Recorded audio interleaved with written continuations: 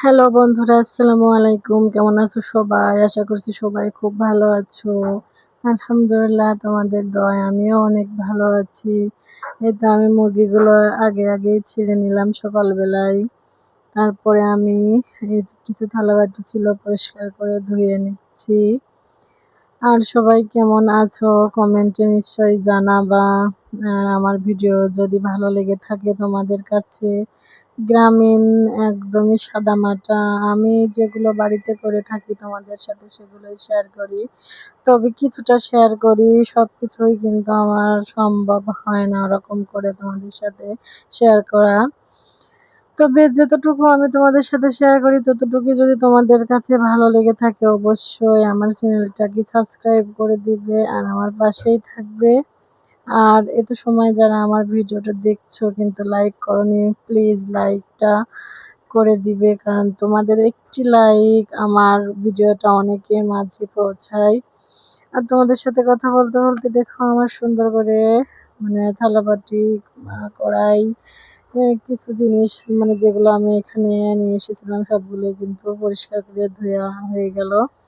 আর এরপরে আমি চলে আসলাম রান্নাঘরে। আর তার মাঝে কিন্তু আমি ফিস করে বৃষ্টিতে আমাকে কিন্তু ভিজিয়ে দিয়েছে। এজন্য আমি আমার জামা কাপড় পুরোটাই পাল্টানো লেগেছে। আর এখন দেখো আমি বাচ্চাদের জন্য ৪ টা ডিম সেদ্ধ করে নিয়েছি। আর আমার যেহেতু ঠান্ডা জ্বর, প্রচণ্ড জ্বর ছিল এই কয়েকদিন। এজন্য আমি কিন্তু ভিডিও ৪-৫ দিন ভিডিও দিতে পারিনি। আর এখন আমি কিন্তু চা, ২ বেলা আমি চা খাচ্ছি। আর আমার জন্য কিন্তু আমি চা বানালে হয় না। আমার বাচ্চারাও কিন্তু চা খাওয়ার জন্য বায়না করে। তাই আমি ২ কাপ চা বানাই। ১ কাপ আমি খাই আর ১ কাপ থেকে ওদেরকে আমি বেশি দিই না। চাটা আসলে বাচ্চাদের অতটা খাওয়া ঠিক না। এজন্য আমি ওদেরকে অল্প করে দিই। আর আমি এখন চাটা বানিয়ে নিচ্ছি। চিনি দেখলাম একদমই অল্প। আর আমার চায়ে আমি একদম চিনি অল্প খাই। এখন আমি চাটা ছেঁকে নিচ্ছি। চা ভালোভাবে পানিটা ফুটে উঠলে চা পাতা দিয়ে একটু ফুটায়ে নেওয়ার পরেই কিন্তু আমি চাটা নামিয়ে নিলাম। এরপরে কিন্তু আমি চাটা খেয়ে নিয়েছি আর ওদেরকেও আমি খাওয়াইয়ে দিয়েছি। তারপরে আমি ডিম ছুলে ওদেরকে বললাম তোমরা ডিম সেদ্ধগুলো খেয়ে নাও। আর আমার বড় মেয়েটা কিন্তু স্কুলে যাবে। শুধু একটুকু চা খেলো, একটু বিস্কিট আর এই একটা ডিম খেয়েও কিন্তু স্কুলে চলে যাবে। সেমন একটা খাওয়া-দাওয়া করতে চায় না।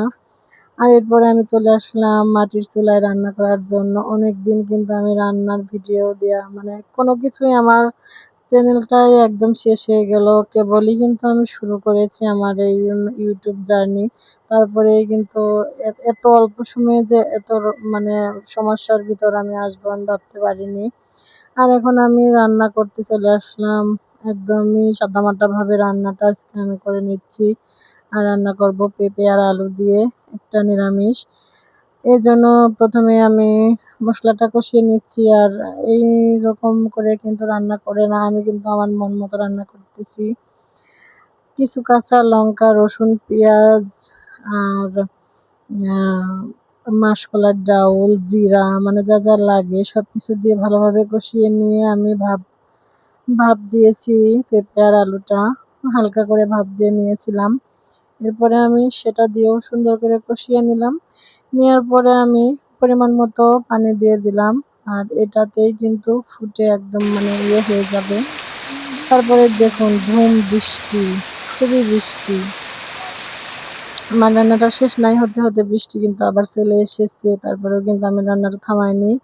আবারও আমি ঘরে চলে আসলাম। আমি কিছু কাজের জন্য ঘরে গিয়েছিলাম। এরপরে আমি রান্না করব, এটাও কিন্তু নিরামিষ রান্না। পুঁইশাক, আলু আর পটল আর কিছুটা কাঁঠালের আঁটি দিয়ে একটা নিরামিষ তরকারি রান্না করব। এটা কিন্তু খেতে খুবই ভালো লাগে আমার কাছে।